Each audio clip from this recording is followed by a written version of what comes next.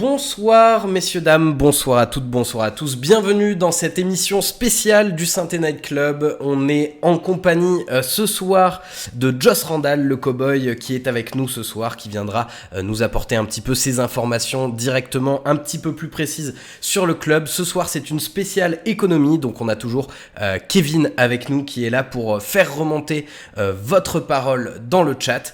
Et puis on a évidemment donc notre invité du soir, Pierre Rondeau. C'est un immense plaisir de te recevoir. Je te présente quand même rapidement pour ceux qui ne le connaîtraient pas. Personnellement, moi je t'ai connu à l'époque où t'écrivais sur SoFoot. Je sais pas si tu écris toujours pour SoFoot d'ailleurs. C'est encore le cas. C'est encore le cas. Attends, tu m'as connu à l'époque, mais alors, pour les très très vieux, tu m'as connu sur SoFoot, tu m'as connu sur les blogs. Sur le blog Ah SoFoot. ouais, c'est vieux. 2013 Ah oui. de mémoire. Ah oui, c'est vieux. Ah d'accord, ah, cool. Ok. Et donc tu interviens aussi sur la chaîne L'équipe, entre autres dans l'émission L'équipe du soir ou L'équipe d'Estelle que vous avez probablement déjà regardé. Tu interviens également sur RMC à l'After où on t'a entendu plusieurs fois. Tu fais partie des économistes qui sont, comme je pourrais le dire, non résignés, à l'instar d'un Jacques Généreux ou d'un Frédéric Lordon. Et rien que pour ça, ça me fait plaisir de te recevoir. Et tu es également... Vraiment, tu me mets la pression, hein. Tu me compares à Jacques Généreux et Lordon dès le départ. On est sur la même branche, on va dire. Et puis tu es Oui, également oui. prof d'économie et de management à la Sports Management School, que je ne connais pas. Voilà. Et, À la Villette. et professeur également à Paris, Université 1, à la Sorbonne. J'en profite également pour saluer le chat qui est avec nous ce soir. J'espère qu'il n'y aura pas trop d'écho dans ma voix. J'ai déménagé, j'ai changé de coupe de cheveux, donc il y a un petit peu d'écho dans la nouvelle pièce où je suis parce que j'ai pas encore reçu tous mes meubles. Mais donc le sommaire de ce soir, on va parler bien sûr d'économie, on va parler bien sûr de Saint-Etienne, on va parler du passage devant la DNCG qui arrive très vite, on va parler de la vente du club bien sûr, on va parler de la question des droits TV qui nous occupe pas mal depuis quelques mois maintenant, quelques années. Et puis on va parler aussi un petit peu de tous ces sujets-là en essayant d'être le plus accessible possible, mais en même temps de vous donner des armes pour pouvoir un petit peu débattre avec nos autres amis supporters et essayer de voir ce qui est le mieux pour l'avenir de notre club. Et bonsoir bien sûr au chat. Et je vois qu'il y a des gens qui ne sont pas forcément supporters stéphanois, on les salue et on les accueille avec plaisir, bien sûr. Et bien justement, pour commencer, Pierre, est-ce que tu pourrais nous dire si tu as un quelconque rapport avec l'AS Saint-Etienne? Est-ce que tu es supporter des Verts? Est-ce que tu suis le club? Est-ce que pas du tout? Dis-nous tout. Alors, je vais être très franc avec toi et avec tous ceux qui nous écoutent. Moi, je suis né à Paris. Je suis fait partie. Alors, j'ai beaucoup de famille et beaucoup d'attaches avec la Bretagne. Et ma mère et ma sœur et même mes cousins habitent en Bretagne, du côté de Saint-Malo et de Rennes. Mais je suis né à Paris. Et toute la famille du côté de mon père est parisienne depuis plusieurs générations. Et en fait, j'ai été élevé, si je puis dire, dès ma prime enfance, notamment auprès de ma grand-mère qui écoutait les résultats de foot quand j'étais petit sur France Inter. J'ai été élevé dans l'admiration et le soutien du Paris Saint-Germain. Euh, j'ai été supporter du PSG quand j'étais au collège et au lycée. Maintenant, je le suis moins parce qu'il m'ennuie avec le Qatar et leur pas total, puisqu'ils n'ont pas fini champion de France, mais en tout cas leur très grande domination en Ligue 1. Euh, je dois t'avouer que Saint-Etienne, j'ai pas vraiment d'attache en fait, que ça soit familial, local, régional, avec votre ville, que pour autant je respecte et que j'apprécie, hein, il n'y a pas de, Oui, bien sûr, il n'y a pas de y a pas de raison. débat. À la rigueur, la seule attache que je pourrais avoir, si je dois en trouver une, c'est que je connais bien Bernard Cayazo. Voilà. Ah, C'est le seul point sur lequel je pourrais, pas m'étaler, mais en tout cas associer ma personne avec Saint-Étienne. C'est que j'ai été amené à rencontrer plusieurs fois Bernard Cayazo et que j'ai appris à le connaître. Enfin, de par son on n'est poste pas proche de non plus, président hein, de Première c'est Ligue? pas un ami. Et voilà, c'est surtout ça. C'est pas via son titre et son poste de président de Saint-Étienne, c'est surtout parce qu'il a été président du syndicat Première Ligue et que régulièrement j'ai été amené à participer à des réunions auprès de syndicats. et que j'étais amené à le rencontrer, à le côtoyer, à discuter avec lui, à débattre. Quelqu'un de très très sympathique, au demeurant très charmant, voilà, très sympa. Et j'ai rencontré plusieurs fois et j'essaye, tu me prends un peu au dépourvu, j'essaie de trouver un lien avec Non, Saint-Étienne. non, mais tu nous as dit Bernard Cayazzo. J'arrive pas. Honnêtement, moi, là, ça me fait déjà un peu rire. Et À minima, à minima, à minima. je pense que dans le chat, Ouais. le lien avec Bernard Cayazzo, on va peut-être un petit peu plus le développer. Il y a moyen dans la soirée. Euh, on C'est vrai commence? que je vois les commentaires très bronzés, très sympa, très bronzé, c'est vrai. J'étais assez surpris par son bon. Je l'avais rencontré la dernière fois que je l'ai rencontré de visu, si je puis dire. C'était juste avant le Covid, donc c'était en février dernier, enfin février 2020. Et en février 2020, il était bronzé comme s'il rentrait d'un séjour à Marrakech. Peut-être qu'il rentrait d'un séjour à Marrakech. Mais en tout cas, il était extrêmement bronzé. Voilà. Il a l'habitude de prendre quelques vacances, ouais. Un peu trop peut-être, mais bon, ça c'est... je laisserai chacun juger. Alors, j'aimerais bien qu'on commence, si ça va à tout le monde, par parler de... Donc on va commencer de manière un petit peu générale sur les droits TV, sur la DNCG, tout ça, et puis après on réorientera un petit peu plus sur Saint-Étienne directement. Donc pour rappel, les droits TV, le principe pour ceux qui connaîtraient pas, c'est il y a un appel d'offres qui est fait par la Ligue, et ensuite les droits de la Ligue 1 et de la Ligue 2 qui fonctionnent ensemble sont vendus pour plusieurs années. Là, la période qui va nous concerner, ça va être la période 2021-2024. Et donc, vous l'avez suivi récemment, il y a Amazon qui est arrivé dans la bataille. Alors, on est sur Twitch ce soir, hein, donc on est sur Amazon, donc on ne dira que du bien d'Amazon, je précise. Non, bien sûr que non. Qui ont récupéré donc pour 250 millions 80% des droits de la Ligue 1, et Canal, eux, ont 332 millions, 2 matchs par journée, donc ils étaient encore basés sur l'appel d'offres de 2018. Mediapro d'ailleurs, ils avaient payé 780 millions pour le lot qu'a eu Amazon pour 250 millions. À ce niveau-là, on a vu que Canal avait dit qu'il voulait se retirer. C'est quoi la situation là, aujourd'hui, 21 juin 2021? Alors, en l'état actuel des choses, aujourd'hui, ce dont on est sûr, c'est que Canal a annoncé son envie de se retirer. Il a annoncé à ses salariés et a communiqué en interne auprès des salariés de Canal+, comme quoi il ne diffuserait plus du foot français et qu'il n'honorerait pas ce contrat.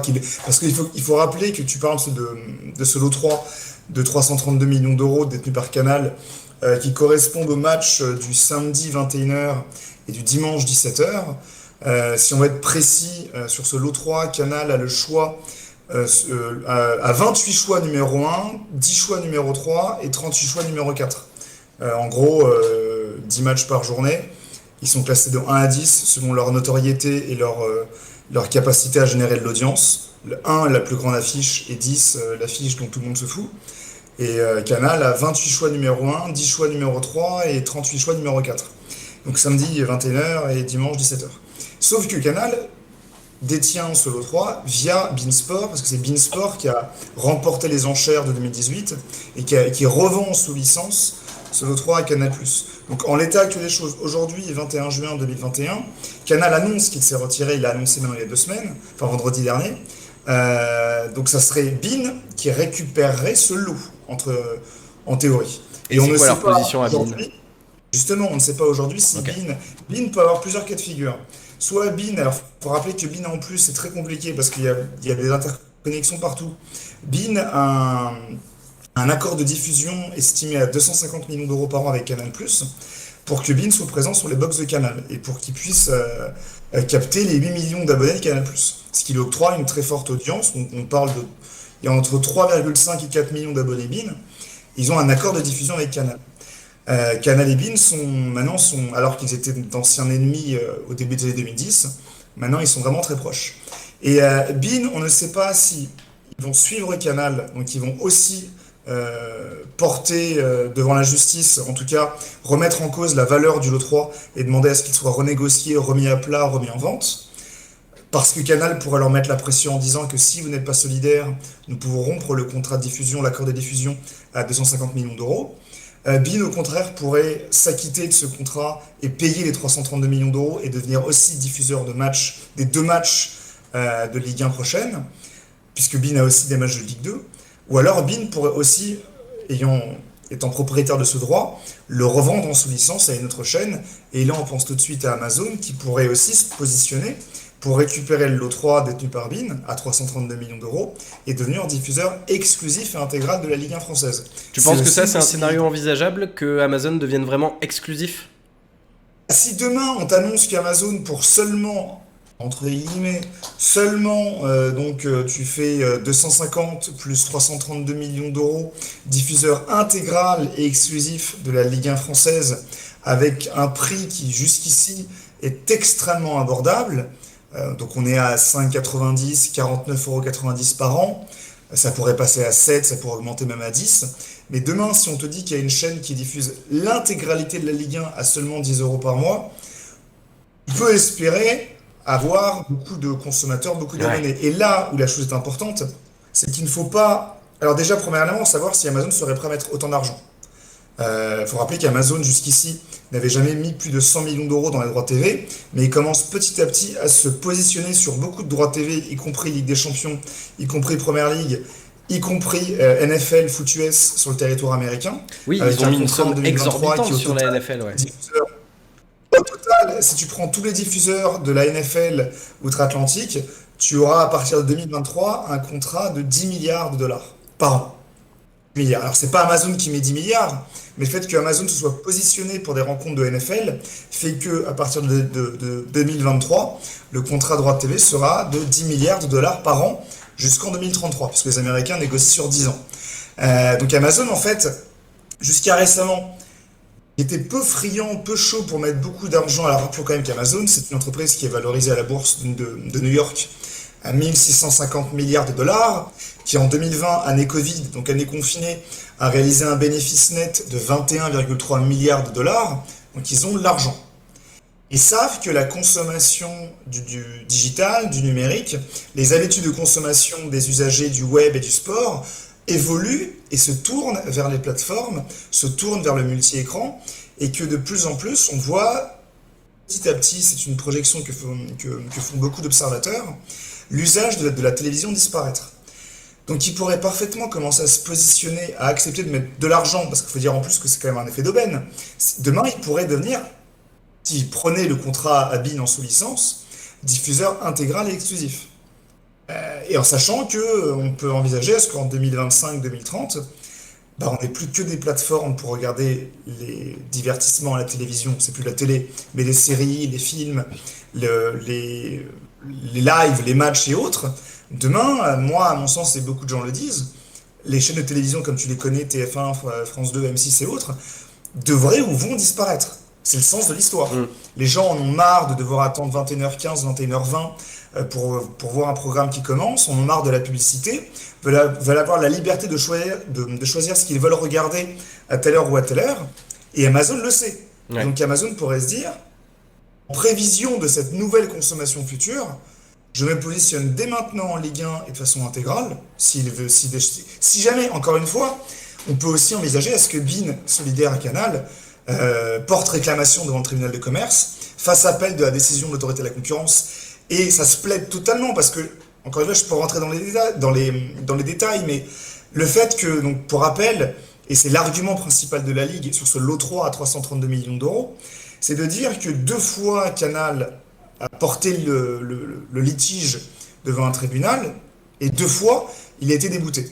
Le tribunal de commerce, en mars dernier, là c'est pour un cas particulier, c'est Canal qui avait porté plainte pour exiger à ce que le lot 3 soit intégré à l'appel d'offres de février dernier. Et ça a été débouté par le tribunal de commerce. Canal a fait appel. Et vendredi dernier, l'autorité de la concurrence, dans un litige opposant Canal à la Ligue sur la valorisation du lot 3, l'autorité de la concurrence a donné raison à la Ligue. Sauf qu'il y a eu une mise à jour dans ce litige, c'est que dorénavant, on connaît la valorisation des droits TV. Ouais. On sait qu'il y a 80% des droits TV qui sont estimés par Amazon et par la Ligue à 250 millions d'euros, avec notamment les grandes affiches, et 20% qui sont valorisés 2018 à 332 millions d'euros. Donc ça se plaide totalement et tu peux parfaitement aller à un tribunal et dire aujourd'hui, la Ligue considère que ces matchs-là valent 250 millions d'euros. Donc il n'est pas normal que ces matchs-là, ces autres matchs, valent plus cher alors qu'ils sont supposés représenter moins d'importance médiatique, moins de valorisation, moins de popularité. Donc le prix est artificiellement gonflé, nous devons le remettre en vente. Ça Alors, se plaide. Donc différents scénarios, mais le scénario d'Amazon, oui, tout comme le scénario du litige et de la case judiciaire. C'est qu'est- possible. qu'est-ce que vous en pensez, Pierre, vous, Pierre, Joss Pierre, Ouais, ouais, vas-y, je Pierre, c'est t'écoute. Joss Randall. Alors bonjour à tous déjà, j'ai pas eu le temps de saluer tout le monde, il y a plein de monde ce soir. J'ai 3 questions moi à ce stade pour toi Pierre. La première, elle est un peu directe, t'as balayé les différents scénarios possibles, mais toi, ton sentiment, c'est qu'il va se passer quoi? Ça, c'est la question numéro 1. Je donne les 3 questions, puis tu répondras dans l'ordre. La question numéro 2, on entend que dans cette opération, Canal pourrait y laisser quelques plumes en termes d'abonnés. On parle de peut-être 1 million, 1,5 million. Est-ce que tu penses que c'est un scénario envisageable? Et troisièmement, c'est quoi ton sentiment sur justement l'évolution des types de consommation? On lit énormément de choses depuis 2 ans là-dessus, notamment sur la tranche des plus jeunes, qui ne regardent plus les matchs de foot, en tout cas plus en intégralité, qui sont beaucoup sur des highlights. Est-ce que tu confirmes cette tendance-là et comment tu penses que ça va modifier l'accès au foot dans les années à venir? Alors, pour la première question, ce qui va se passer selon moi, et c'est mon opinion personnelle, Canal renonce au lot 3, ça c'est sûr. La pierre d'achoppement, c'est quand même Bein. Bein, en fait, si tu veux, parce en gros, je peux te citer 2 opinions différentes. L'une d'Arnaud Simon, qui est l'ancien DG d'Eurosport et qui est spécialisé droit TV, et Vincent Chaudel, qui est un autre économiste du sport. Pour Arnaud Simon, lui, il est persuadé que Bein va être solidaire des Canal parce que Bein a un accord de diffusion avec Canal à 250 millions d'euros. Et Bein ne peut pas se mettre en porte-à-faux vis-à-vis de Canal. Bein ne peut pas maintenir une diffusion de la Ligue 1 sur ses antennes ou les revendre à Amazon après que Canal ait été débouté par la Ligue. Donc Bein a l'obligation contractuelle et amicale et économique de rester solidaire aux yeux de Canal, donc d'aller au procès et de porter plainte contre la valeur du lot 3 à 332 millions d'euros. Sauf que, il y a un mais dans ce scénario, c'est qu'on dit que Bein a cet accord de diffusion à 250 millions d'euros, mais Bein peut parfaitement, comme ils l'ont fait en Amérique du Nord, passer en total OTT, en over the top, donc en plateforme numérique. Bein peut parfaitement sortir du giron de Canal+, et devenir une plateforme numérique comme les Amazon aujourd'hui, et être uniquement diffusé par le web, par l'internet, et ne plus être disponible sur les box, et notamment la box de Canal. Comme ça, Bein pourrait donc renoncer à cet accord de diffusion, et aurait les mains libres et les mains franches pour dealer avec Amazon par exemple, voire même, parce qu'on peut faire du sous-licencement unitaire, dealer quelques matchs avec la future chaîne, la future fusion TF1 M6, ou aller voir ailleurs, en devenant elle-même, cette chaîne, une plateforme numérique, comme ils l'ont fait en Amérique du Nord. Donc en fait, pour te répondre, c'est pas que j'ai un avis, parce que je ne sais pas ce qui va se passer, parce que dans les 2 cas, je trouve que les 2 scénarios sont intéressants. Le scénario de Canal, de Bein, qui est obligé de suivre Canal, donc là c'est la théorie d'Arnaud Simon, ou le scénario de Bein, qui va se désolidariser de Canal+, pour devenir une plateforme numérique, peut-être même en accord et en collaboration avec Amazon, et créer une nouvelle entité, ou en tout cas devenir partenaire d'Amazon dans la production et la diffusion des matchs sur une plateforme numérique. Il y a aussi Et cette perspective, c'est possible. en faisant ça, Pierre, ils mettent pas en danger leur relation de distribution avec Canal? Mais ils pourraient, comme ils l'ont fait en Amérique du Nord, admettre que dorénavant les abonnés sont sortis du système ou alors se sont habitués à cette nouvelle façon de consommer les écrans par de la connexion sur les plateformes, sur l'ordinateur, branchement HDMI, caster son écran, des smart TV, des TV connectées à Internet. Aujourd'hui, en fait, même si on a pris cette habitude de la télécommande et des box et de se mettre sur une chaîne et de souscrire un abonnement, comme on le fait pour Bein aujourd'hui, en fait, on se rend compte que Et de plus en parce que, en gros, il faut que les box, les opérateurs, payent des droits de diffusion à ces chaînes pour qu'elles puissent émettre sur les box. Mais en fait, on s'est rendu compte que de plus en plus et surtout les jeunes, mais il y aura un temps d'adaptation pour les plus anciennes générations, si je puis dire, qu'en fait, on peut le faire sans payer.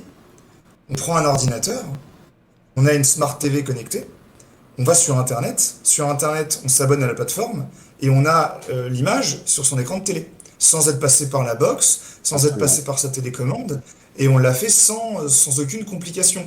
Les premiers qui l'ont fait, ça avait été un flop au tout début, c'était RMC Sport. Aujourd'hui, la plateforme d'RMC Sport fonctionne très bien. Amazon, ça fonctionne comme ça. Netflix, alors Netflix, ça marche comme ça, mais ils ont aussi des chaînes, en tout cas des canaux sur les box. Mais si demain Bein veut rompre son accord avec Canal pour aller vers Amazon et pour ne pas se mettre en porte-à-faux vis-à-vis de la Ligue avec ce fameux lot 3, Bein peut prendre ce risque. Je dis pas qu'ils vont le faire, je dis qu'ils peuvent le prendre parce qu'en fait aujourd'hui, Mediapro par exemple, à mon sens, pour ça que Mediapro ça a été un flop total et absolu, c'est que ils ont raisonné comme on le faisait il y a 10 ans. Ils se sont dit il faut qu'on fasse une chaîne. Sauf qu'aujourd'hui maintenant plus personne ne regarde des chaînes de télévision. Quand on devait payer 25 € par mois pour des matchs de foot qu'on regardait le week-end, mais qu'on payait autant parce qu'il fallait aussi produire du contenu toute la semaine, du lundi au vendredi, alors qu'on ne regardait jamais téléfoot du lundi au vendredi parce qu'il n'y avait pas de rencontre et pas de match, mais qu'on devait quand même maintenir de la diffusion, payer des émissions, payer des journalistes, payer des présentateurs, tout ça ne marchait pas. Et en plus, ne fonctionnait pas comme parce que le public d'aujourd'hui préfère, comme ce soir, plutôt que de regarder la télévision, être sur Twitch, être devant un podcast, être devant une série qu'il a choisie à l'heure qu'elle commençait sur Netflix ou sur Amazon Prime, et en fait est totalement indépendant aujourd'hui. Donc Mediapro Téléfoot qui ont cru encore devoir fonctionner comme on le faisait il y a 10 ans, ça a été un flop total parce que les gens en ont eu marre de payer autant pour si peu de choses. Donc demain, quand on te dit Amazon Prime à 7 €, 8 €, ça pourrait les valoir parce qu'en plus, tu sais que tu n'auras pas à payer pour autre chose que le football. Et en plus, Si tu veux un podcast, si tu veux une émission de foot, tu vas ailleurs. Tu vas sur votre chaîne Twitch, tu vas sur l'équipe 21 qui est gratuite, tu vas sur RMC, tu prends l'after, mais en fait, tu t'embêtes pas à aller sur des émissions produites par les chaînes qui ont les droits. Donc en plus, comme elles ont les droits, elles ont l'obligation de dire du bien du match et de pas être trop critiques. Et en plus, elles ont les droits, elles font payer cher les abonnés. et Voilà, alors, donc c'est l'avenir, à mon sens, et Bein pourrait aller dans ce sens-là. loin de moi l'envie Pardon. de faire une énorme pub pour Amazon et de dire que c'est des gentils messieurs enfin, qui sont parfaits.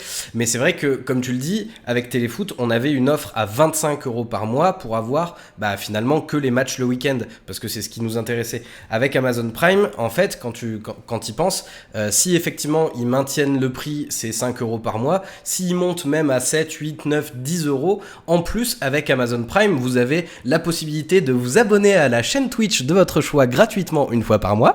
Voilà, je le place ici si vous voulez en plus. Et puis vous avez aussi les livraisons gratuites sur Amazon. Vous avez autre chose que du football parce que vous avez aussi par exemple Roland Garros qui vient de se passer. Vous avez des séries, vous avez des films. Donc voilà, il y a vraiment beaucoup de choses et c'est pour ça que moi cette offre me paraît assez intéressante. J'aimerais juste qu'on fasse un petit point sur le chat.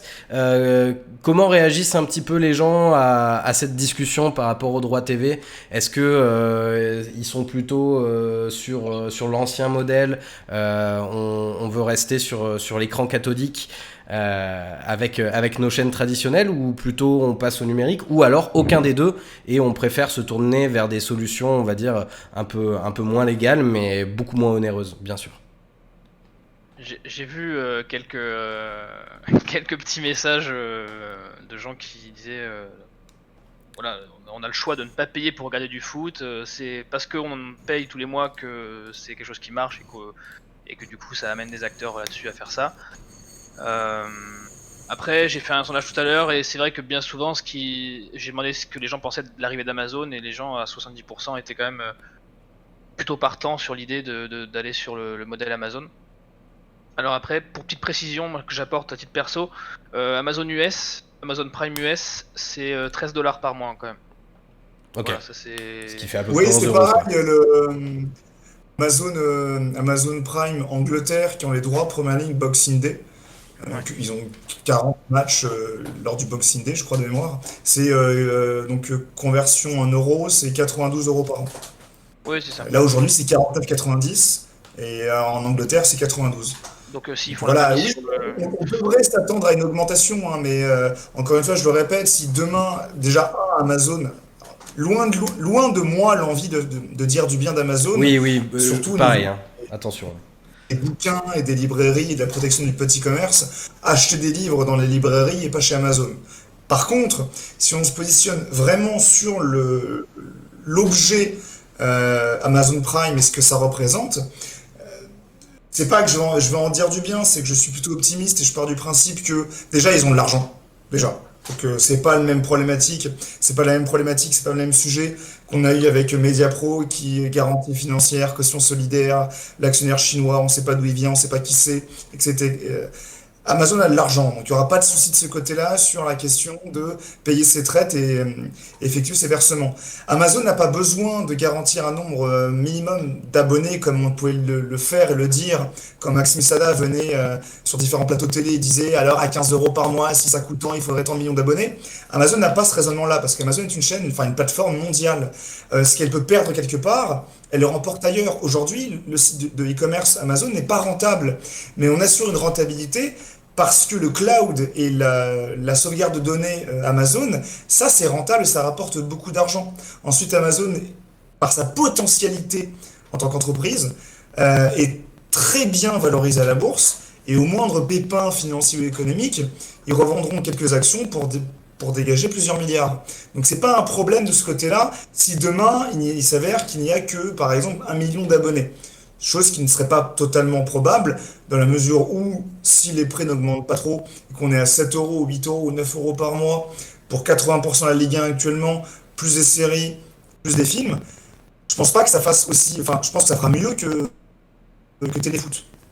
Après, on verra, mais ce qu'il faut bien retenir, c'est ça, c'est que, en fait, là où la Ligue, au-delà des choix qui sont plus géopolitiques, diplomatiques et humains, si je puis dire, le choix de la Ligue vers Amazon, c'est aussi pour ces raisons de garantie financière et de changement de paradigme, changement de modèle. C'est pas grave pour eux s'ils n'ont que 1 million d'abonnés sur le foot. Alors, Parce que ce qu'ils vont gagner ailleurs pourra compenser les pertes ici.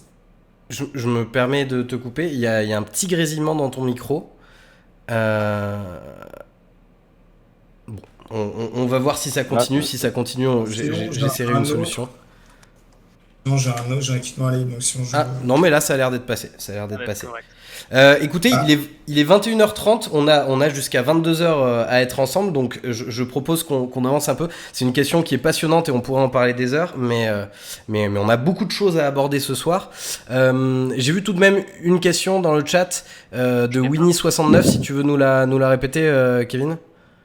Alors attends, Winnie, c'est pas celui-là que j'avais sous la main. Ah, ou autre chose. Si tu Winnie, préfères. c'était est-ce que Bein lié au PSG afin de ne pas avoir dévalisé le championnat et donc le marketing du PSG ne paierait pas quoi qu'il arrive.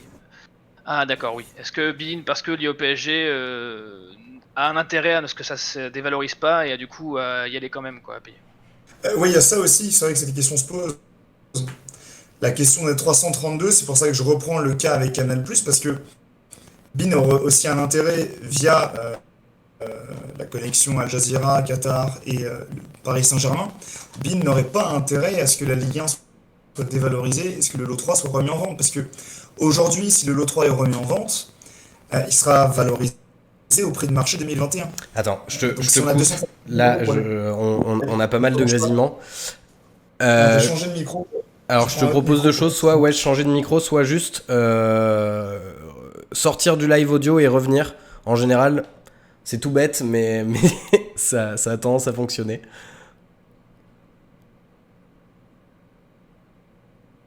Ça Vas-y, dis-nous une phrase. Mais qui. Enfin, c'est quoi votre musique déjà? Mais où est donc Cornuca? Non, mais. Non, non, votre musique, merde, j'ai plus en tête.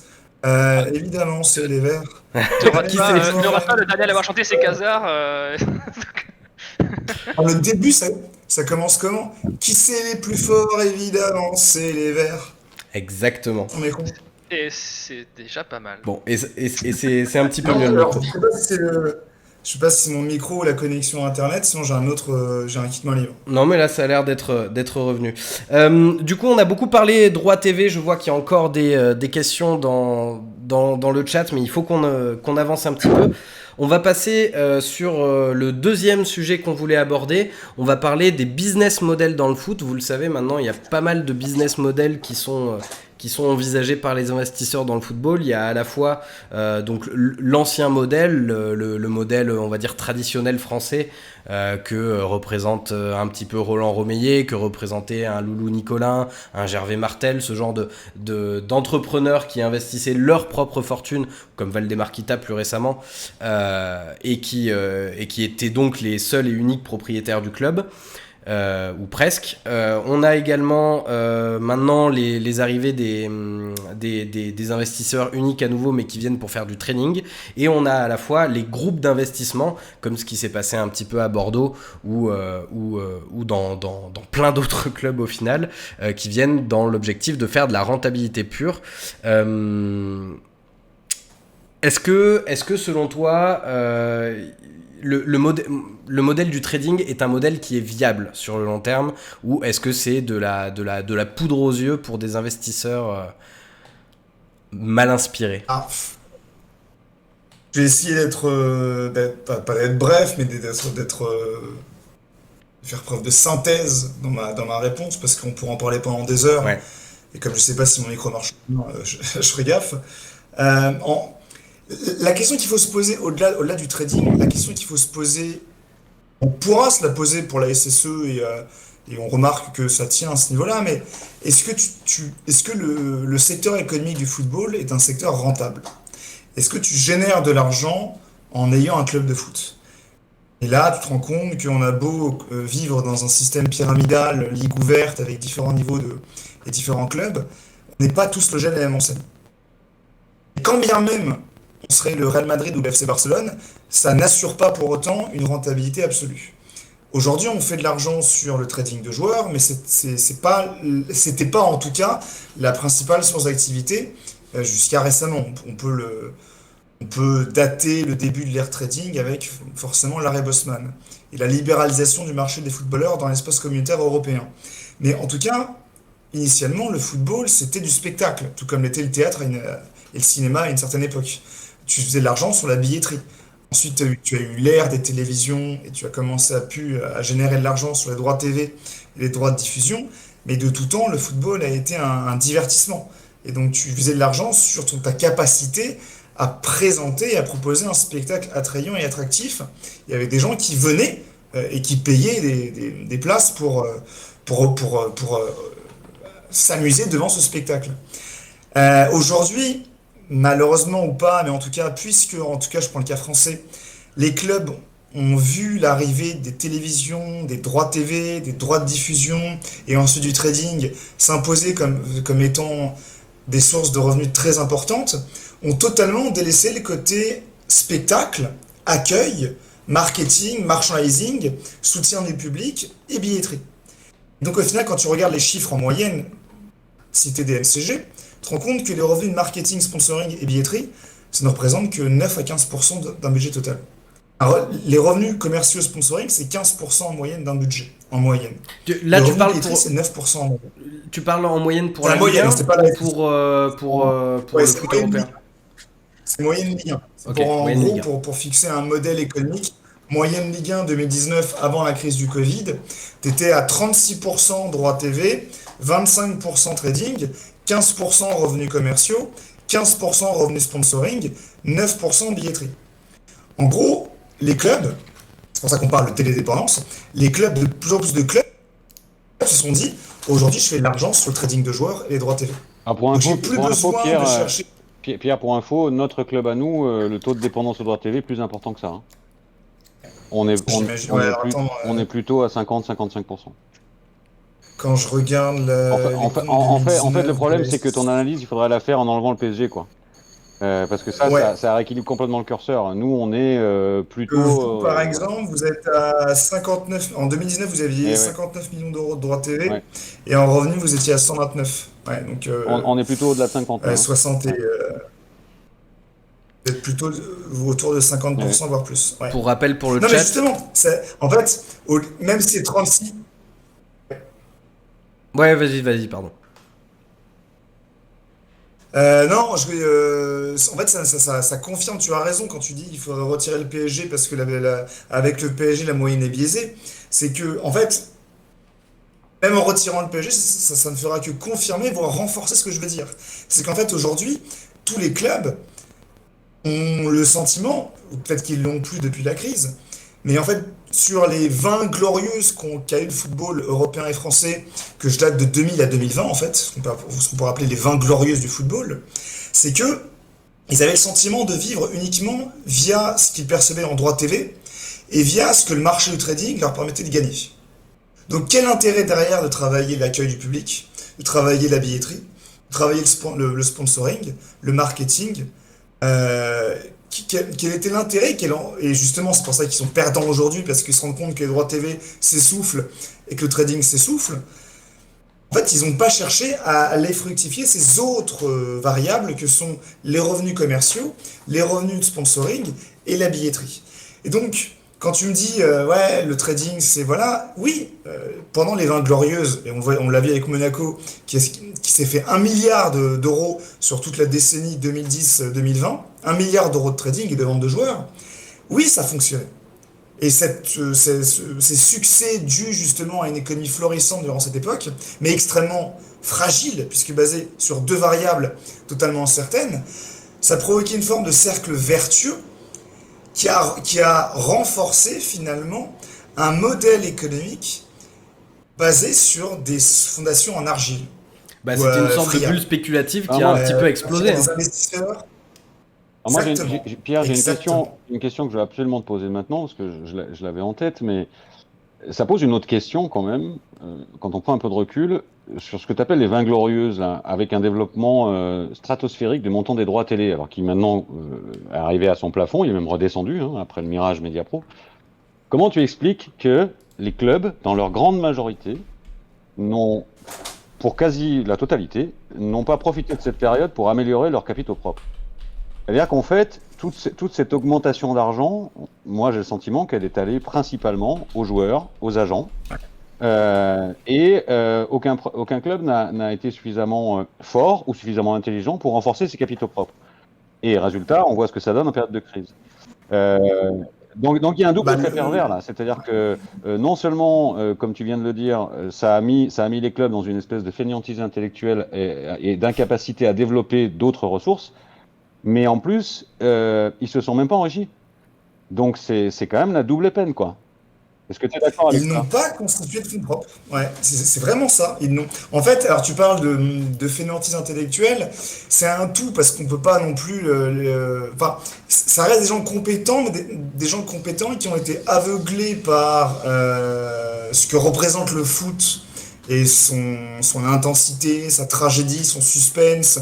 Et en fait, si tu veux, comme il n'y a pas eu de concertation ou d'obligation collective à ce qu'il y ait constitution de fonds propres, moi je pense par exemple que l'État aurait dû, soit à échelle nationale, soit à échelle européenne, et l'UEFA par exemple, plutôt que d'imposer un fair play financier, aurait dû penser les choses différemment.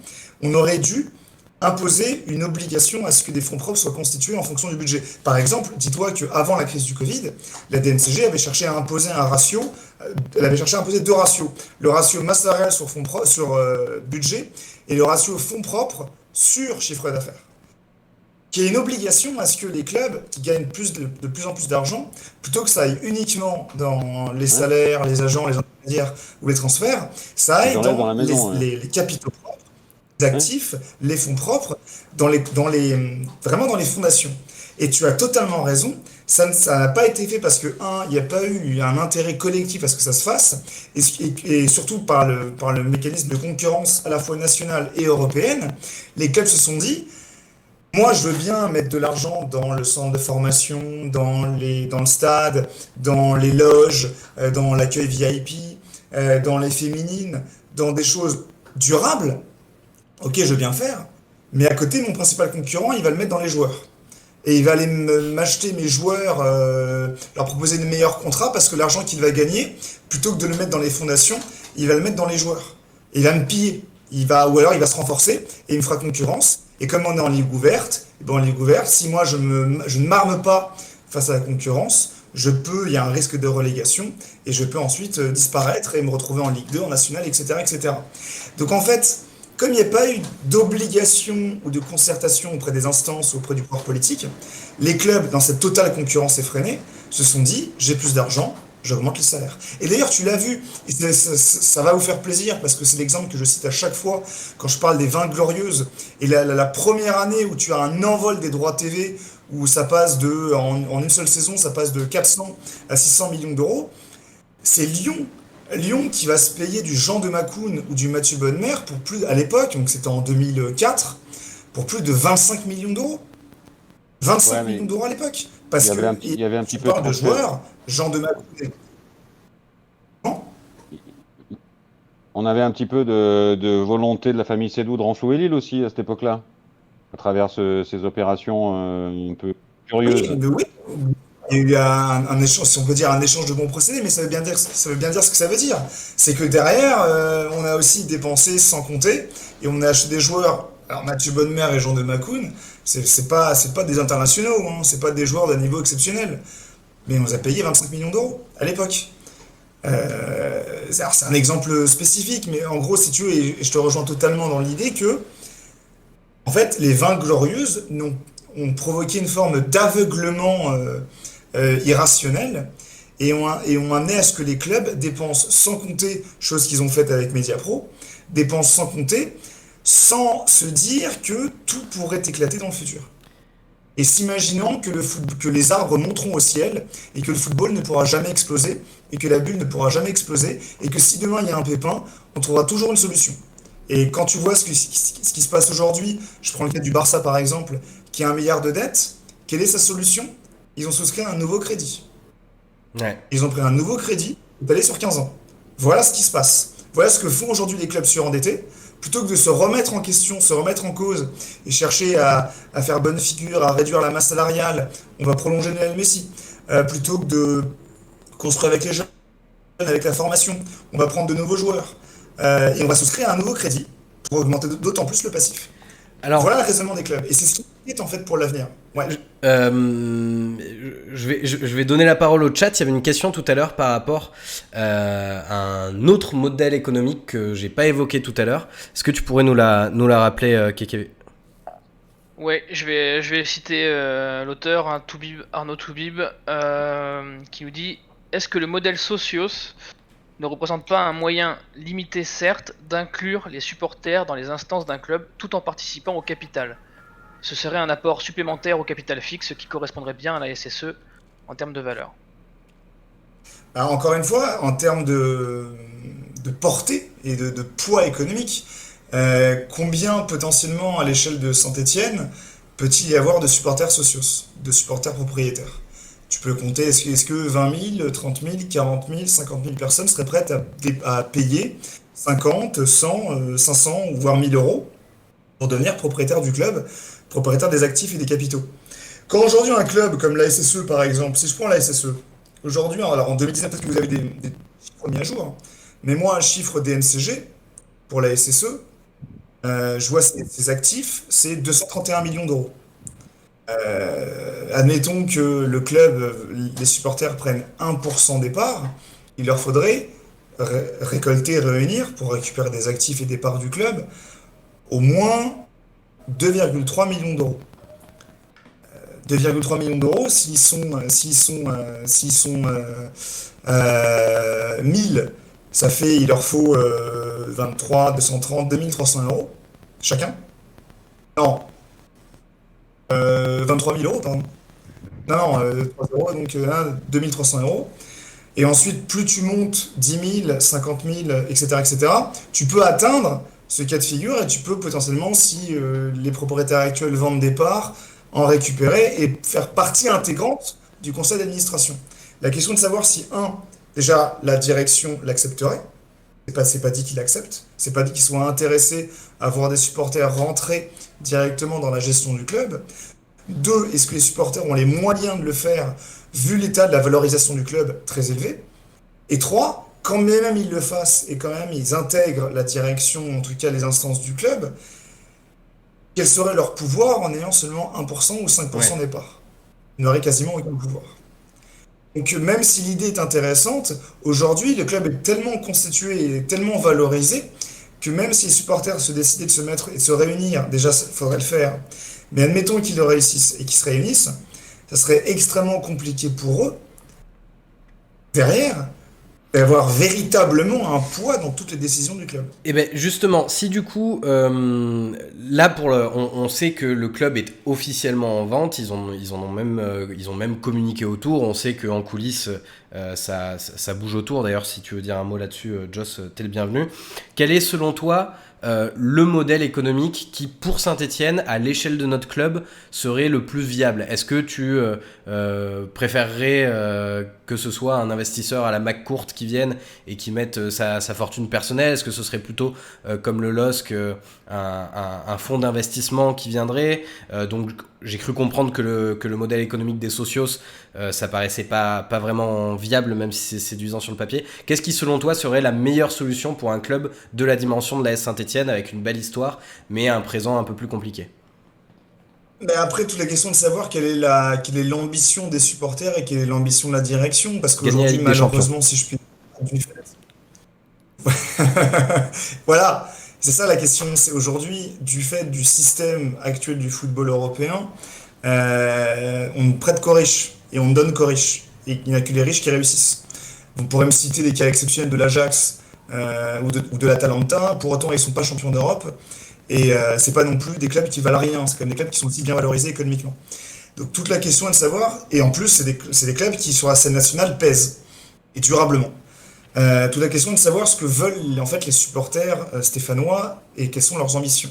Parce que si par exemple demain on leur propose à ce qu'un fonds souverain saoudien, émirati, omanien, qatari, peu importe, récupère les clubs pour en créer une marque internationale comme l'a fait le PSG, donc pour totalement dénaturer l'histoire de Saint-Etienne, quitte à faire un naming sur le stade, un naming sur le centre d'entraînement, et faire un maillot sponsorisé par Qatar Airways ou un opérateur qatari ou saoudien ou autre. Euh, donc ça dénaturerait les valeurs et l'histoire du club, mais en même temps ça pourrait vous apporter, parce que à des dessins géopolitiques et réputationnels, il n'y aurait pas un intérêt pécunier derrière, et on pourrait dépenser sans compter, comme le fait le Qatar avec le PSG. En tout cas, comme ils l'ont fait, parce qu'on dirait aussi qu'aujourd'hui le Qatar parvient à générer du profit sans l'aide du Qatar, mais bref, Mais ça, tu penses que admettons c'est un qu'un fonds scénario qui souverain pourrait vienne. exister? Il y aurait potentiellement Alors, des gens attention, qui...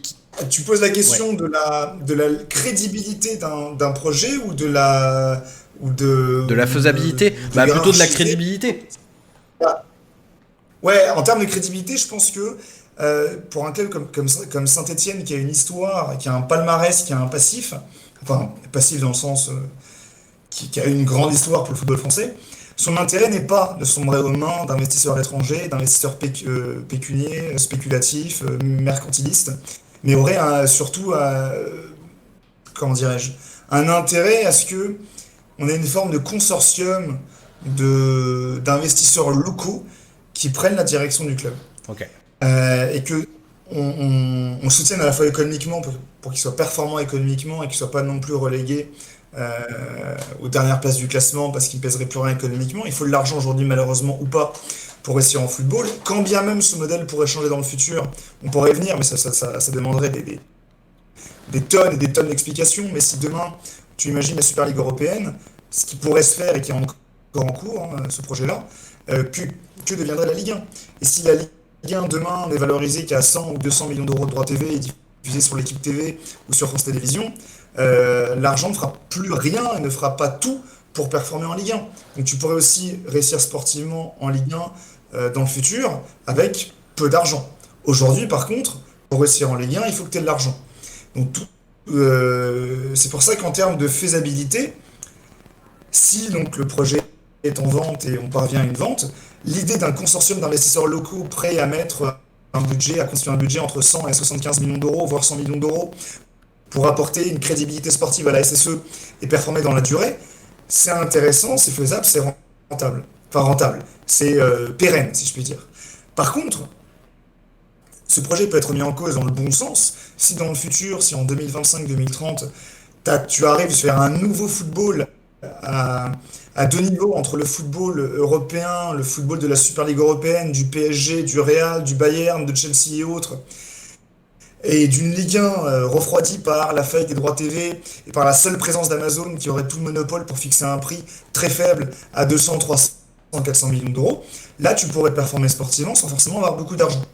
Et donc ce qui donnerait encore plus de saveur et d'intérêt à ce profil d'investisseurs locaux qui n'auraient pas besoin, comme McCourt à Marseille, ou comme Boloviev à Monaco, ou comme Lopez à une époque à Lille, à mettre plusieurs millions d'euros parfois à crédit pour tenter de construire de façon compétitive un club à court terme. Donc c'est pour ça que cette question est très complexe, parce que on raisonne avec le contexte d'aujourd'hui, mais le contexte d'aujourd'hui pourrait changer dans le futur. Totalement. Mais aujourd'hui, quand tu me disais, voilà, j'aimerais bien te suivre hein, et te dire que oui, tu as raison, mais c'est vrai qu'aujourd'hui, est-ce que la SSE peut prétendre viser les premières places européennes en Ligue 1 avec le PSG, avec votre rival lyonnais, avec Lille, à débattre, voir ce qui va se passer dans le futur, avec Monaco. Marseille aussi, parce que Alors McCourt, il voilà, a même quand même avec beaucoup Rennes, investi. Marseille, bien sûr. Donc ça me semble compliqué, sauf si tu as un fonds souverain qui vient. Et c'est comme ça Alors, que c'est comme ça que ça marcherait. justement, en Maintenant, tu parlant peux de... viser la durabilité de Ouais, 10 ans et 15 ans. Ouais. ok. Justement, en parlant de la vente du club, Joss, est-ce que tu sais où on en est un petit peu là en ce moment? Alors, ce qu'on peut en dire, Est-ce qu'on a le droit d'en dire, oui? ouais, ce qu'on peut dire, c'est que ça bosse. Voilà, clairement, pour ceux qui pouvaient penser que ça puisse être un fake ou juste du pain jeté au peuple pour le calmer à une période difficile, ça bosse dur. Bon, beaucoup trop tôt pour imaginer le qui, le quoi et le quand. En tout cas, ça bosse dur. Donc, le projet, il existe bien.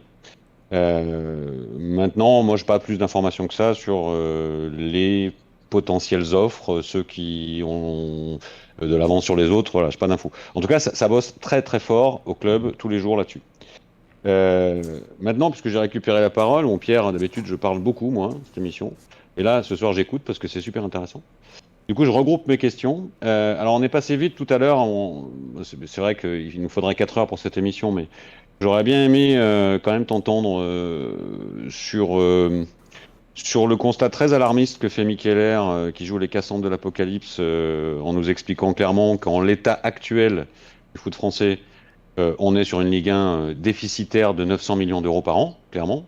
Comment est-ce qu'on peut imaginer que ce business model-là n'aille pas tout droit dans le mur? Moi, j'arrive pas à l'imaginer parce que s'il manque 900 millions d'euros par an chaque année, il va bien falloir que quelqu'un les paye. Et alors ça, c'est une question à laquelle tu pourras répondre après. Mais du coup, tu n'as pas tout à fait répondu quand même à la question sur les différentes typologies d'investissement. Toi, ton sentiment en tant qu'économiste, et quel serait le meilleur profil pour la Saint-Étienne? Alors, je vais diviser ma question en deux. Imaginons qu'il n'y ait pas de vente. Qu'est-ce que peut devenir la Saint-Étienne dans son business model actuel? C'est-à-dire qu'un déficit structurel qui est de l'ordre aujourd'hui de 20-25 millions, avec cette obligation de vendre pour autant, enfin de faire des plus-values de cession chaque année pour au moins autant. Est-ce qu'elle peut continuer comme ça si jamais il n'y a pas de vente? Ça, c'est la première question. Et deuxièmement, s'il y a vente, et moi je pense qu'il y aura vente à un certain moment, comme je l'ai dit juste avant, ça bosse dur dans ce sens-là. Parmi les différentes typologies d'investisseurs aujourd'hui dans le foot, à ton avis, entre l'ADN du club aujourd'hui, ce qu'est le club aujourd'hui, ce qu'il a envie d'être, c'est-à-dire quand même un acteur qui compte dans le foot français, sans aller parler jusqu'à vouloir jouer le titre, mais au moins qui compte. Si toi tu avais le pouvoir de décision, tu enverrais la SS vers quel type d'investisseur aujourd'hui? Et dernière Alors, question subsidiaire, on entend parler effectivement aujourd'hui de ces investisseurs qui s'associent plus ou moins avec des acteurs locaux. On en parle à Bordeaux, on en parle à Nantes aujourd'hui avec le collectif là, qui a mis sa cagnotte Litchi en ligne là, ils en sont à 10 millions d'euros. Mon sentiment à moi, c'est qu'un investisseur qui a vraiment envie de se payer ça, s'il associe des acteurs locaux, c'est juste pour s'acheter une légitimité avec la base de supporters, avec les gens qui sont là. Mais il va leur laisser 10% pour qu'ils n'aient rien à décider au conseil d'administration. Mais est-ce que malgré tout, c'est un montage qui te paraît viable? Parce qu'il n'existe pas ce montage aujourd'hui en France. Enfin, à ma connaissance, il n'existe pas. Entre des supporters et des capitaux extérieurs, tu veux dire? Ouais, je veux dire, avec un actionnaire qui est propriétaire très majoritaire du club, mais qui fait entrer dans le capital un volet local. C'est-à-dire, ça pourrait être un collectif social, pourquoi pas, mais ça pourrait être plutôt, dans ce qu'on entend aujourd'hui, des entrepreneurs de la région qui se regroupent, le club scapulaire, je ne sais plus comment il s'appelle à Nantes, nous on a à Marcal des joyaux, ces gens-là, quoi. Est-ce que ce modèle-là, qui n'existe pas aujourd'hui, pour toi, a un sens, soit dans la symbolique, soit même dans l'économique? Bah, alors, alors c'est une troisième question super intéressante, et c'est vrai que c'est trois questions extrêmement intéressantes. Je pourrais m'étaler des longues heures dessus. La troisième question sur ce profil, en tout cas ce projet, comment dirais-je, cette possibilité à ce qu'à la fois tu aies ouais, une espèce de forme hybride entre un propriétaire actionnaire tout puissant qui aurait 90% des parts et qui pourrait solvabiliser des finances, qui pourrait assurer une stabilité financière, qui pourrait apporter des fonds à chaque mercato si jamais il y a un déficit conjoncturel. Et à côté, des parts consacrées offertes à la présence des supporters, des acteurs locaux, des anciens joueurs. Et c'est intéressant sur le papier, mais encore une fois, on reste dépendant au bon vouloir d'une seule personne, ou d'un seul actionnaire. La présence à part minoritaire des anciens joueurs, des locaux ou des supporters ne serait que bonne pour la photo, mais il n'aurait aucun impact dans toutes les décisions finales. Voilà, si tu fais une période litchi où tu viens avec 10 millions d'euros pour un club qui peut être mis en vente à 50, 60, 70 millions d'euros. Enfin, après, pour une question de prix, il faut voir, parce qu'on est dans un contexte, tu dis que ça bosse beaucoup, mais on est dans un contexte assez particulier, tant en droit TV que conjoncturel, qu'une vente, je ne sais pas à quel prix elle pourra avoir lieu, mais ça m'étonnerait qu'on soit, comme certains le disent, je pense notamment à Nantes avec Kita, autour de 100 millions d'euros. Ce serait plus du 40, 50, 60 millions, à voir, mais c'est un contexte conjoncturel assez particulier. Au final, pour réunir cette somme, il faudra qu'il y ait un acteur tout puissant, qui aura tous les pouvoirs. Et derrière, les supporters, les anciens joueurs, les locaux seront là par minoritaire. Donc c'est pas très intéressant au final si tu veux, c'est intéressant d'un point de vue comptable pour assurer les pérennités des finances et pour assurer des rentrées financières, des rentrées d'argent, des rentrées de liquidité, mais c'est pas intéressant en termes de décision, de gouvernance et de démocratie sportive. Parce que derrière, quand bien même les supporters et des parts de propriété, des titres de propriété, ils ne pèsent de rien. Et dans les assemblées générales, quand c'est pas une voix égale un vote, c'est un euro égale un vote. Et quand tu ne pèses que 10% de la capitalisation totale du club, tu ne pèses que 10% des suffrages. Donc tu n'as aucun pouvoir. Donc quel serait ton intérêt à ce niveau-là? Donc c'est pour ça que ce modèle hybride avec un actionnaire majoritaire, des actionnaires minoritaires, des entreprises locales, des entrepreneurs locaux, des supporters, des anciens joueurs, pour moi, ne me semble pas intéressant et peu pertinent. Si on veut que les supporters rentrent dans la direction, dans la gestion d'un club, il faut qu'ils le soient à part majoritaire. Et le problème, c'est que s'ils le sont à part majoritaire, il faut qu'ils viennent avec beaucoup d'argent. Ou alors, ils font comme Bastia ou Tours, ils attendent la liquidation judiciaire et ils arrivent, ils créent une société coopérative d'intérêt collectif Ouais, mais ça, c'est et ils risqué. font un peu de frais. Ils viennent avec 100 000 euros. Et c'est risqué, voilà, c'est risqué. Bordeaux, par exemple, Bordeaux aujourd'hui, certains en sont à discuter, à débattre sur l'intérêt d'un redressement judiciaire et que vraiment on fasse reset, que le club coule et qu'on puisse derrière, enfin que les supporters puissent derrière créer cette société coopérative et fonder un club dirigé directement par les supporters. Mais le faire, je le répète, avec 10% des parts, pour moi, c'est pas intéressant. Économiquement, Alors ça moi, peut l'être parce que ça peut être une crédibilité, mais c'est pas Pierre, intéressant sportivement. Pierre, j'ai une question. Ouais. Il y a une phrase de Jean Gabin dans le Pacha que j'aime beaucoup, qui dit que quand on parle pognon, à partir d'un certain chiffre, tout le monde écoute. Euh, à l'économiste que tu es, je n'apprendrai pas que la valeur d'un bien, elle dépend de beaucoup de choses. Elle dépend d'un prix de marché qui est fixé par différents critères, les références du même produit vendu récemment, etc. Mais aussi par cette espèce de régulation fine entre l'offre et la demande. Aujourd'hui, tu penses que c'est quoi le bon prix pour la SS? Ah, justement, c'est toute la, comment dire, la difficulté de fixer le bon prix, puisque comme tu l'as dit, ça dépend d'une offre et d'une demande. En gros, dans les négociations, mais tu vas certainement le savoir, dans les négociations qu'il peut avoir de gré à gré dans la vente d'un club, on va supposer qu'il y ait trois types de méthodologies. Il y a la méthodologie comptable, simplement la valeur des actifs.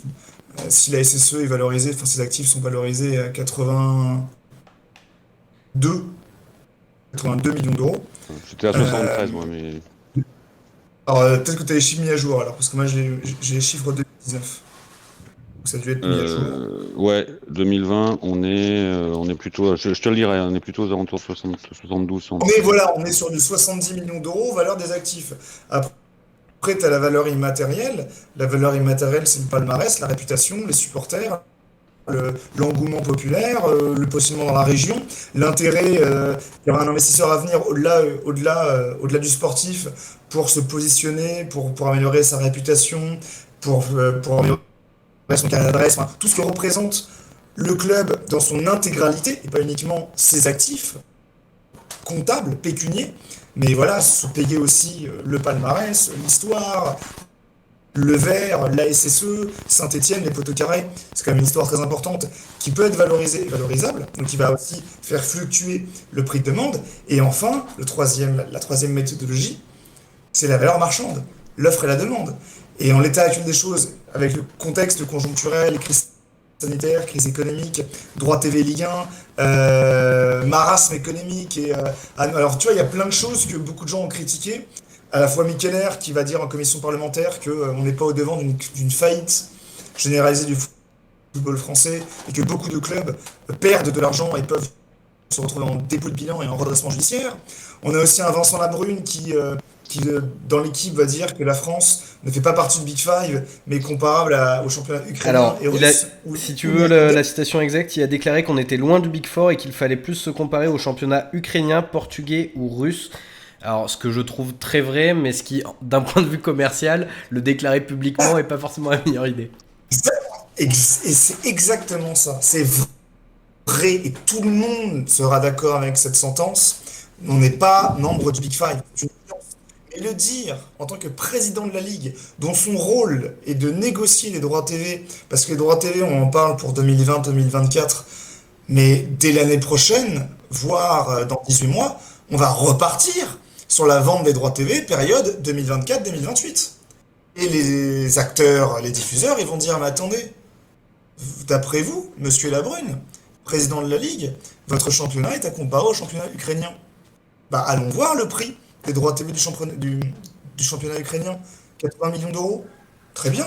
La Ligue 1 vaut 80 millions d'euros. Si Ouais. vous vous comparez au championnat ukrainien. Donc, voilà, c'est ça, c'est que, en fait, le contexte actuel, droit TV, marasme économique, contexte sanitaire, etc., etc., fait que quand bien même tu es des actifs de la SSE valorisés à 70 millions d'euros, tu as une valeur immatérielle très importante, son palmarès, son histoire, sa région, sa base fan, ses supporters. Actuellement, la vente, bah, on te dira, messieurs, écoutez, je vais pas mettre beaucoup d'argent parce que les perspectives sont pas très intéressantes. Vous avez votre président de la DNCG, Mikeller, qui est en train de dire qu'on est au bord de la faillite, et vous avez votre président de la Ligue qui dit que vous êtes comparable au championnat ukrainien. Et ben, en termes d'offre et de demande, moi, d'ailleurs, regardez à Bordeaux. Regardez à Bordeaux ce qui se passe. Les repreneurs, c'est Kyo et Lopez. Les deux projets ont été refusés, jugés pas suffisamment intéressants. Alors qu'on parle de Bordeaux, qui est la cinquième ville de France, et qui, en théorie, a une réputation mondiale à travers le vent. C'est Bordeaux. Alors c'est pareil pour la SSE. Certains parlaient même de 20 millions d'euros parce que, vu le contexte, peu seraient prêts à dépenser autant. On en est là. On en est là et ça serait un effet d'aubaine pour le repreneur, ça serait une perte pour le vendeur qui perdrait un actif valorisé à 70 millions d'euros et qui pourrait le revendre à 20 millions d'euros. Pierre, Donc, c'est un immense plaisir de discuter avec toi, si tu veux, je vraiment. peux répondre aux dernières questions ou alors. Ah oui, oui, bien sûr, bien sûr, bien sûr. Ah mais si toi t'es chaud pour rester, on peut encore continuer 20 minutes, hein, si tu On peut veux. faire 10 minutes. Je sais pas si le micro marche bien, pas eu de problème. Il a tendance à grésiller un peu. En vrai, si ça te prend 10 secondes pour changer de micro, je veux bien qu'on teste. On va Et, tester. et alors, le temps On va que tu fasses ce petit changement, j'ai vu que Kevin a fait un petit sondage. 1 heure c'est court, vous seriez chaud pour revoir Monsieur Rondeau. On est à 94% les gens qui répondent oui. Donc ça plaît beaucoup, moi aussi ça m'intéresse beaucoup. Je vois qu'il y a encore des questions très pertinentes dans le chat. Donc évidemment, si tu as encore quelques minutes pour discuter avec nous, c'est un Mais plaisir. en plus, moi j'ai encore une question. Ah ben, Est-ce que le son comme ça marche mieux, pareil, meilleur, moins bien? j'ai l'impression que c'est encore mieux. Bah, Est-ce que ce serait pas parfait? Ça grésille magnifique. plus en tout cas. Ça grésille Ah, plus. On sera bon pour la deuxième émission, c'est nickel. Du coup, oui, Alors, tu voulais t'avais une autre répondre à une question? question en particulier. Parce que non, il y avait les trois questions que tu avais posées. Alors, c'était sur le prix potentiel, sur l'avenir de la Ligue 1 avec les annonces de Micheler, et la deuxième, c'était quoi déjà? J'ai oublié. C'était sur le que penser d'un modèle qui inclurait une part de local. Euh, Et voilà, ouais, Oui, t'as oui, un oui, peu répondu sur oui, oui, t'as ouais, répondu sur, l'idée. sur l'ensemble. Oui, après indirectement aussi sur Micheler avec son annonce, voilà, lors de son audition à la commission parlementaire, que oui, oui, effectivement, lui qui a le nez dans les chiffres, les clubs actuellement, la SSE mais tous les autres, vivent une période extrêmement compliquée.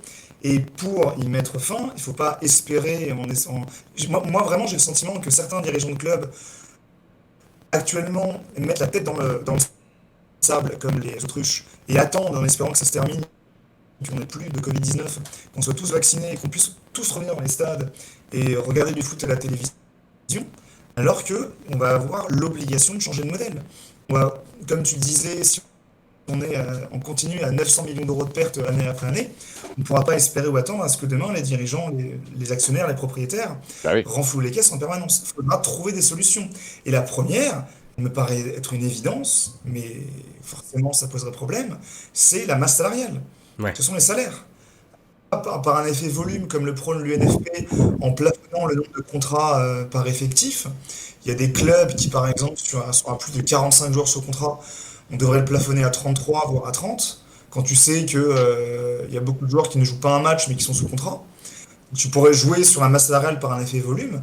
Oui, et aussi, carrément, imposer, Avec un pas, cap. pas forcément un salarié cap, mais un ratio, un plafonnement de la masse salariale totale. Parce que, soyons d'accord là-dessus, alors quand on dit salarié cap, en termes de termes, de définition, moi, tel que j'entends le salarié cap, c'est un salaire maximum.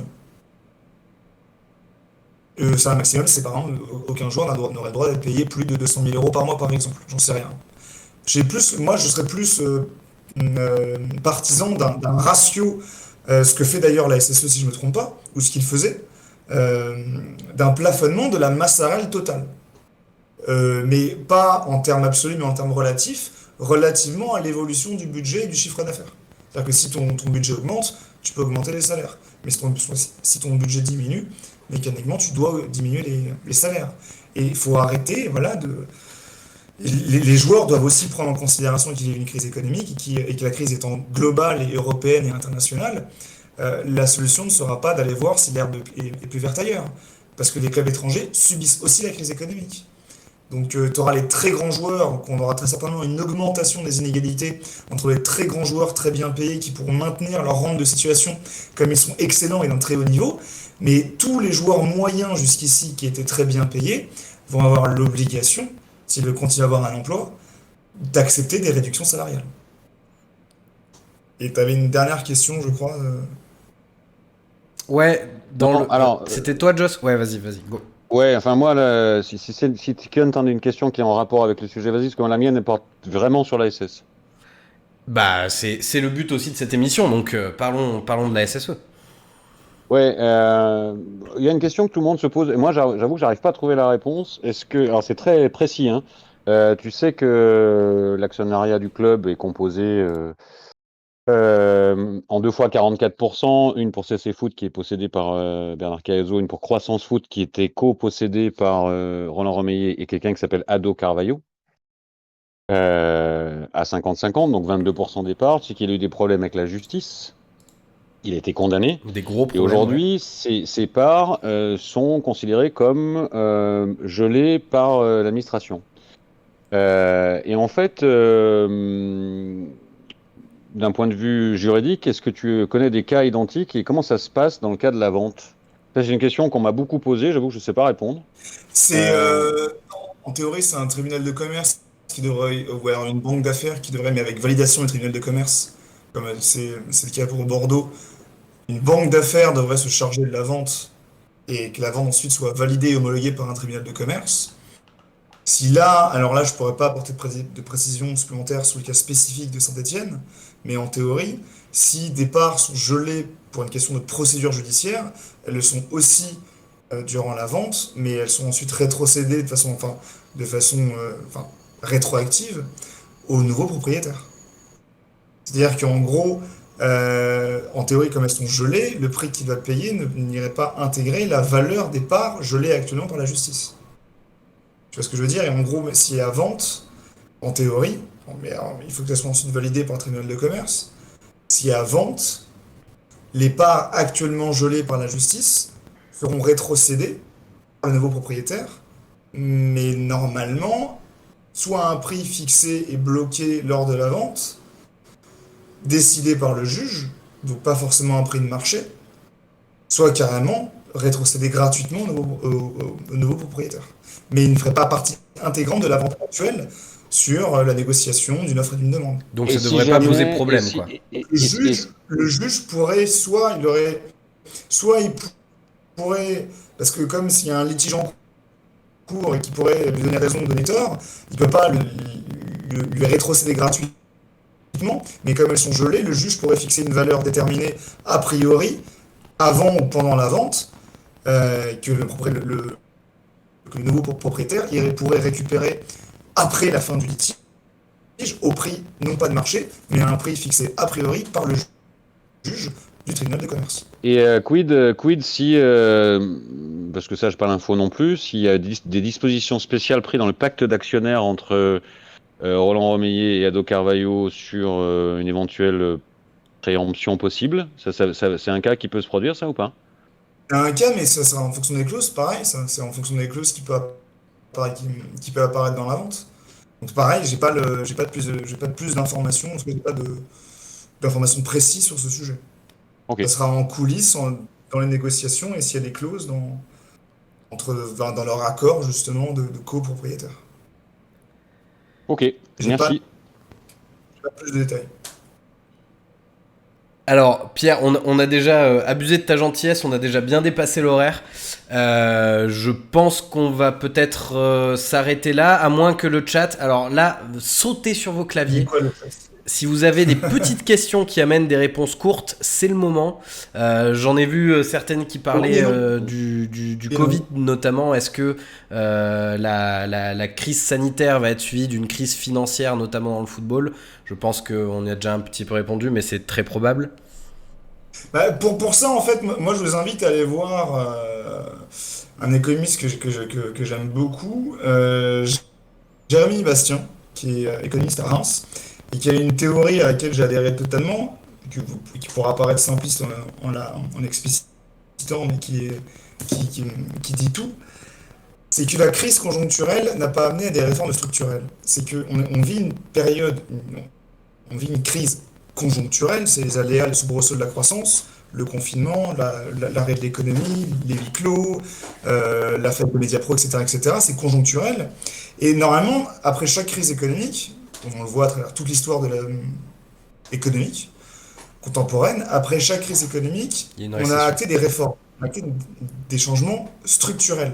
C'est que en 29, on a la grande crise, le jeudi noir, le krach boursier de Wall Street. Boum, on fait du keynésianisme on réforme, on fait de la relance publique, la relance étatique et l'État intervient. Idem, crise économique des années 70, boum, le néolibéralisme s'installe et impose des réformes structurelles vers des visées néolibérales. Crise espagnole des subprimes en 2008, boum, le foot espagnol s'impose une régulation, s'impose une réforme, s'impose des changements pour faire face à la crise économique conjoncturelle. Et à chaque fois, la conjoncture impose des changements structurels. Tu l'as pas vu cette année pour le football. C'est là tout le problème. C'est que là, depuis la crise du Covid-19, on a vu des débats sans fin entre les dirigeants, des scandales, des polémiques, des arrêts de saison ou pas, des groupes sur WhatsApp qui auraient dégagé Olas, des discussions incessantes entre les dirigeants, entre les présidents, le syndicat des clubs qui va venir. Alors, je dis ça alors que j'ai travaillé pour eux. Mais en tout cas qui va venir, qui va s'opposer à la réduction des salaires, au plafonnement des salaires. Les dirigeants qui font des propositions mais finalement ne les appliquent pas.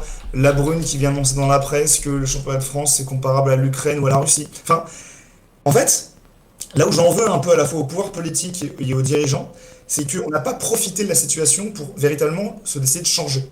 On s'est dit, parce qu'on a Restructurer vécu vraiment en les profondeur. 20 glorieux. On a vécu les 20 glorieuses du football, on s'est dit que tout va redevenir comme avant. Et en plus, on voit le Barça qui s'autorise à le faire, on voit les grands clubs qui s'autorisent à le faire, on voit Marseille qui dépense, on voit Paris qui veut dépenser, on s'imagine que c'est bon, ça va continuer, et que les arbres vont monter au ciel et qu'on pourra toujours en profiter par un effet de ruissellement. Sauf que Mikeler l'a dit, que tout le monde le dit, mais personne n'a l'air de s'en préoccuper, les pertes sont colossales. Ouais. Bordeaux sont au bord du redressement judiciaire. Alors peut-être pas forcément la liquidation judiciaire, mais en tout cas, il y a de fortes probabilités à ce qu'il soit en Ligue 2 la saison prochaine. Et les gens sont là en mode, certains même sur Twitter, je voyais ça, j'étais vraiment consterné, de gens qui étaient capables même de remettre en cause la parole de Jean-Michel Mikeler, qui rappelons est le président de la DNCG, donc qui a les yeux dans les comptes, et qui parle devant une commission parlementaire, où en théorie, devant une commission parlementaire, on s'engage à dire la vérité, la stricte vérité. C'est une commission parlementaire.